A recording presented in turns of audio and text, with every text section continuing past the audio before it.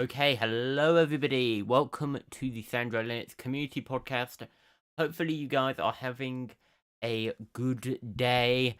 I surely am.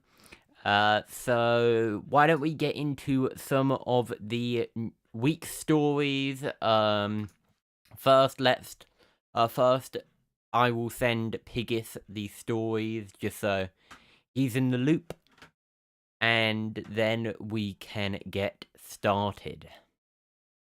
Does that sound like a plan, Piggis? Sounds great. Good. So let's get on with the show.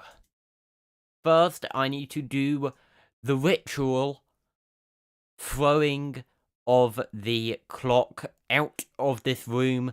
I need to get rid of that noise, that background noise. It can't be... we can't have that noise during the show. So why don't we deal with that now? 3, 2, 1.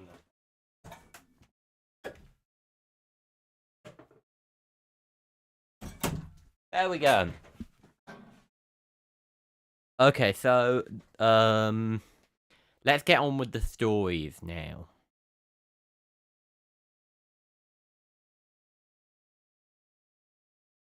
Thought just having a drink of water. So, have you seen what I sent you, Piggis?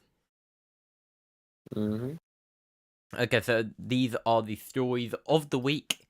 Can I quickly see if your audio is actually working, Piggis, just in case? I hope so. It is, so, that's good. The audio output settings are actually not playing up today. So that's always a positive. And yeah, so we can get started with the show now, guys. Hopefully you guys are having a great day. It is a nice summer's day here in the UK.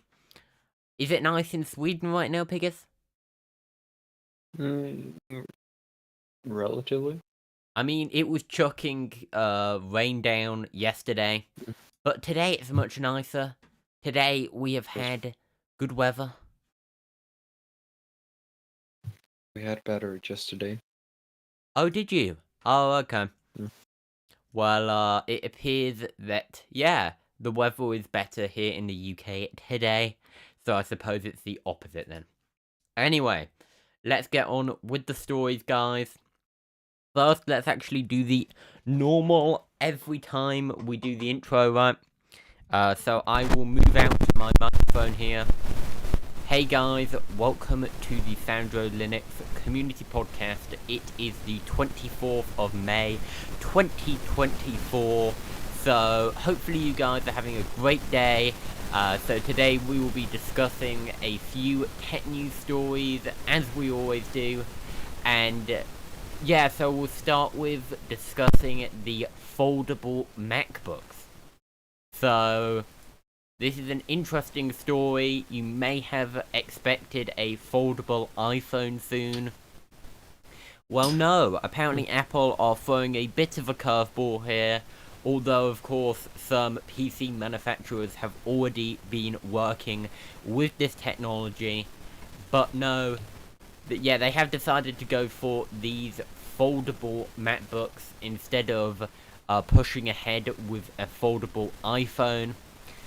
So apparently, according to Ming Chi Kuo, who is a renowned Apple analyst, Apple could be launching these MacBooks in 2026.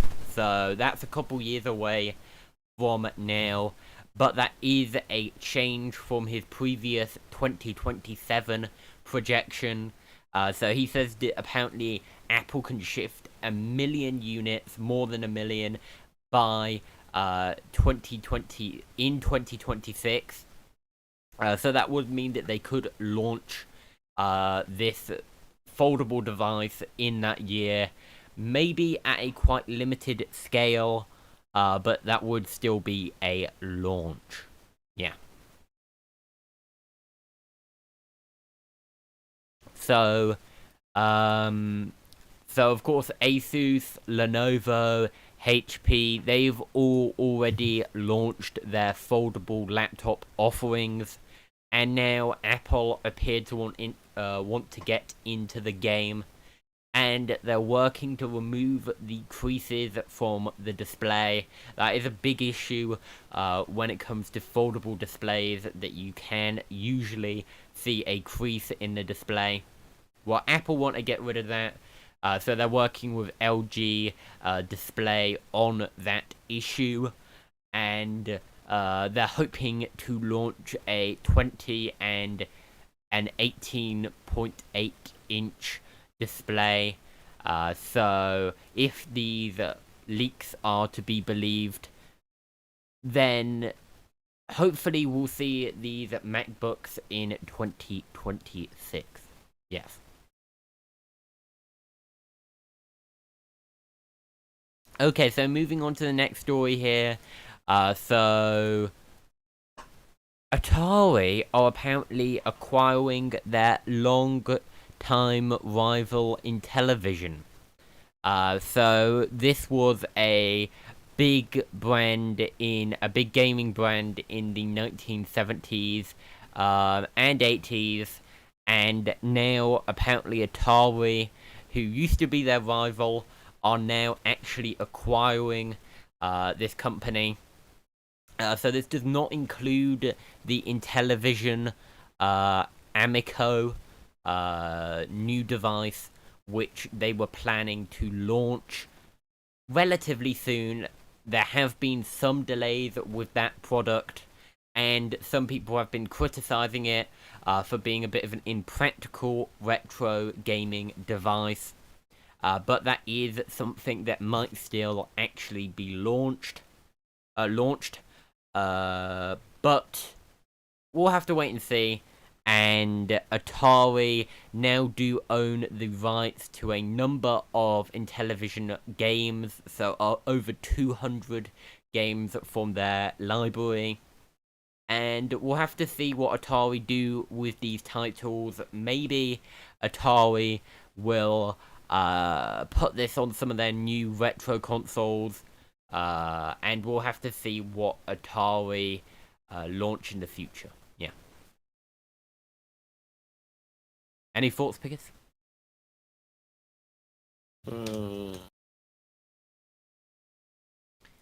I mean, I had not heard of this rivalry much before. It's a bit before my time, definitely. And yeah, I think it's ending a rivalry. However, both of them are now nowhere near as large as they used to be. So these are still two smaller companies acquiring. So Atari are acquiring quite a bit of a smaller company than they would have done if they'd acquired Intellivision in the 70s or 80s. Now, moving on to the mobile news. So WhatsApp could see it become easier to transfer the ownership of a community. So WhatsApp communities are quite a big feature of WhatsApp. I'm personally not a big user of that feature, but it is something that some people do use, especially for bigger organizations. And apparently now you can easily give over your admin rights to somebody else on the group chat, and you can now actually transfer ownership as well as relinquish ownership much more easily than previously. So that is a positive for WhatsApp users. Now, moving on to another mobile story, this time specifically about Android here. So there is now a new HMD phone coming out on the market in Australia. So apparently the HMD Aurora, or Aura, no Aura, not Aurora. So the HMD Aura is apparently similar to the HMD Pulse, but is slightly cheaper. So apparently it will only run at 60 hertz, and it will not have a hole punch. It will just have a regular notch. So that is that there are some changes here from the HMD Pulse. However, it is still quite a good phone overall, and some people aren't a big fan of these new HMD phones. I think they look pretty decent as budget phones, but of course some people aren't a fan of them, ditching the Nokia brand and wouldn't buy a HMD phone. I mean, they do have a pretty shoddy reputation in certain aspects when it comes to just selling a lot of budget phones, which might not be of the best quality. You have any thoughts, Pickers? No. Okay. So, moving on to the next story. So this one is about... What is this one about? This one is about the Microsoft Surface laptop with the Snapdragon X chip.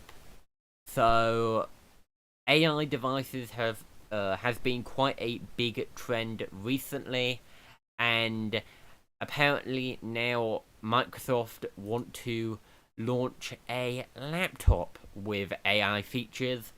So there are a few AI features on this device. One of them is a new feature called Recall, and this is a somewhat cool feature in certain aspects from a technical point of view. A very interesting feature. So it will allow you to basically go back in the history of your usage of the device and actually be able to go back to your previous desktop. So it's sort of saving a snapshot from different times when you've used it previously. So you could go back to 20 minutes ago, what windows you had open 20 minutes ago. And that's a pretty cool feature. Although, of course, you could see some privacy concerns. If Microsoft had some way of getting that off your device and actually onto Microsoft servers, potentially that could be a massive privacy problem. I mean, you know, being able to see all of the stuff that you have open on your computer could be a privacy concern. Microsoft are saying that this is only going to be stored on device. There will be no cloud storage of this information without your consent. But of course, you may question whether if Microsoft did get a order from the government, a subpoena, potentially they might try and get data from this feature. We can't be certain there. But if they are keeping the data off the device, off the cloud and just on the device, then hopefully this will be nice and private. But we can't be exactly sure. Do you have any thoughts, Piggis? I'm not really a fan of what Microsoft is doing. Copilot, integrating it like so deeply into the operating system. I mean, if you don't like Copilot, having a Copilot button on your laptop will be such a pain. It's like having a Bixby button, right? On your Samsung. Except it's like way worse because nobody actually, people don't really care as much about a button on the side of their phone. Sure, it could be annoying occasionally, but a button on your keyboard, that is actually taking up valuable space. And of course, if this affects how you interact with your keyboard, you accidentally click on the Copilot button. That could be very annoying. And of course, 20 years down the road, will Copilot still be a thing? Who knows? Maybe not. Probably not with the same logo it currently has. So, of course, if you do use this laptop in the future, then perhaps the Copilot button really could date the device, because potentially the feature could be no longer available one day, and then you've just got a dead key on your keyboard. So, yeah, that is another reason this might not be a great move. I mean, do you think Copilot will be around in 10 years, Pigus? I don't think so, but, no. We'll see. I reckon tech companies change stuff so often that they probably could not bear to have the same feature for 10 years like that. You know what I mean, right? Like, Cortana survived for a bit, but that was not successful. The previous Microsoft Assistant efforts weren't successful. Yeah, so they don't have the best track record in keeping products alive. Neither do Google. Apple do have a pretty good track record for that, but they're really an example of a company that does actually usually launch products which they do actually keep on the market, whereas often Microsoft and Google are more ready to launch slightly more experimental products which might not actually end up being that successful business-wise. Now, moving on to the last story. I know, a rather short show today, guys, but at least we got through the stories quickly, guys, and hopefully you have enjoyed it. That is, unless we have anything else to discuss, Pigus. Do you have any library news? No. Okay. Any other news that you want to discuss? Do you want to mention the Epic Game? Oh yeah, good point. I will mention that story, Pigus. We will include that in the notes now. So I will just transfer that over to the notes. Thank you for sharing that with me, because this is a good potential deal for some people who use Epic Games. So I'm just trying to find a good article for this. Why don't we go with this article here, guys? So hopefully, yeah, here's the story. So we'll cover this live on the show. Why not? So let me move this. Apparently, I just closed the window, so let me just quickly move this back. And here we are. So here's the story, guys. So Dota. So this is from .esports. So this is a story. So apparently you can get free Discord Nitro through Epic Games. So this is only for a limited time. So you can get yourself a free month of Discord Nitro if you download the Epic Games launcher. So that's a nice little perk for users of Epic Games, and a bit of an incentive to download the launcher just for the free Nitro. You could of course delete it afterward if you wanted to. But do act fast, guys. This offer will expire on June the 13th, which is a Thursday. Yeah,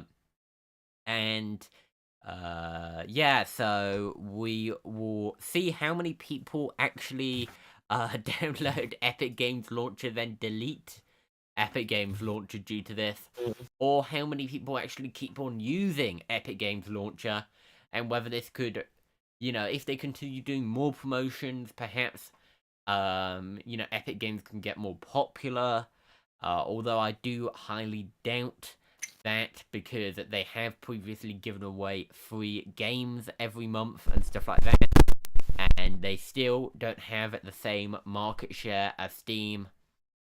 So, yeah, I think they do have an uphill battle trying to be a successful marketplace. But this is a good way of incentivizing usage. Yes. Have you redeemed it just yet? wanted that you don't need to install the launcher to activate the Do you just need an Discord account? Nitro. Mm-hmm. Oh, okay. So even if you don't have a computer, you just have a phone, you can still do it. And even if you have a phone, you can still download the Epic Games launcher if you wanted to. So overall, no matter what sort of device you use, you should hopefully, guys, be able to take advantage of this offer of a 3 month of Nitro. Perhaps you haven't had the opportunity previously to use Nitro. Well, now you will be able to try out some of the premium features for a month.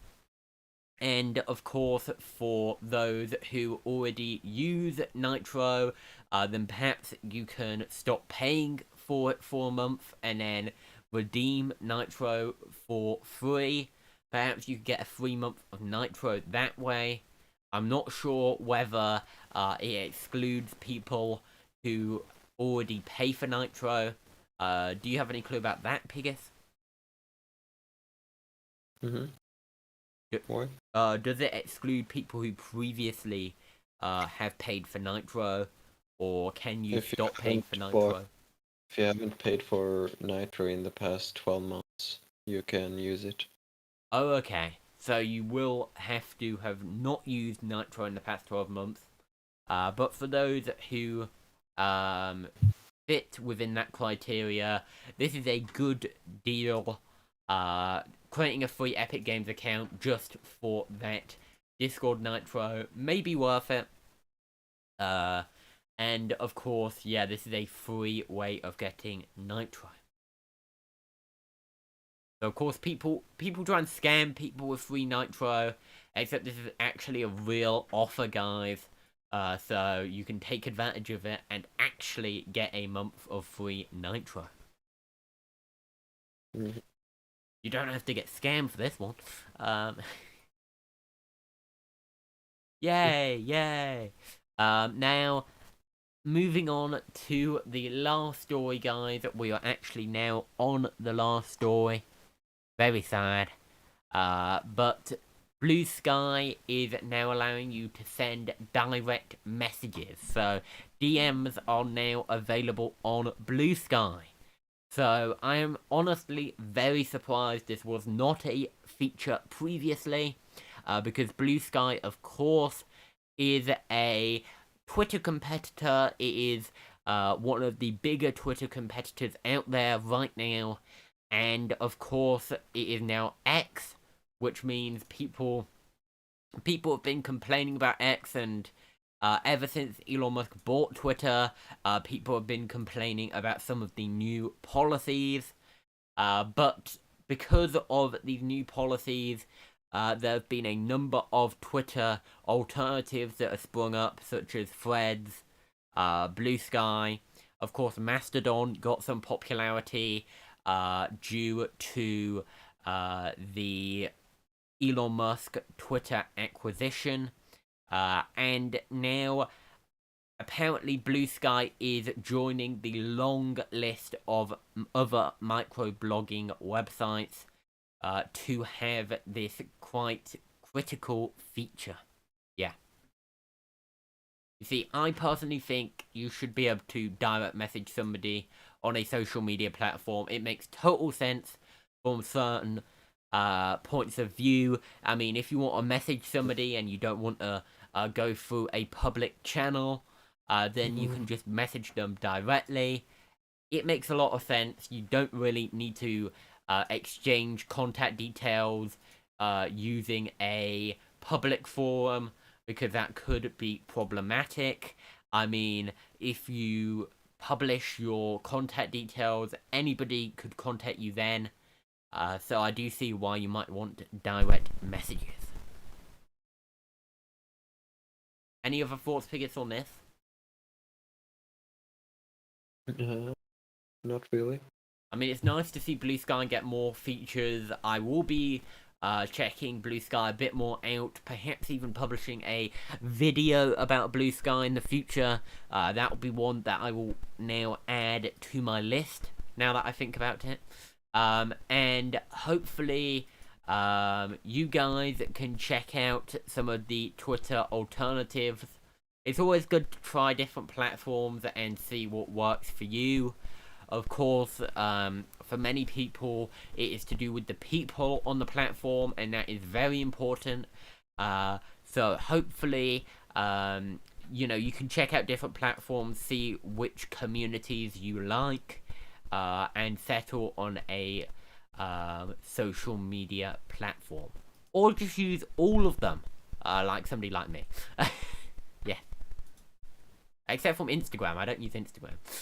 Anyway. Yeah, so thank you guys for watching. I think we have covered all of the stories. Yeah, thank you for listening to today's news. Hopefully you found it informative. Hopefully there are some stories that captured your interest. And overall, yeah, thank you for watching. Like, subscribe, and share.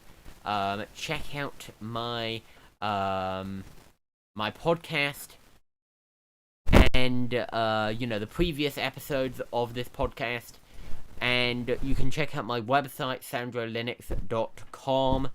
Thank you guys once again. Goodbye. You want to say goodbye, Piers?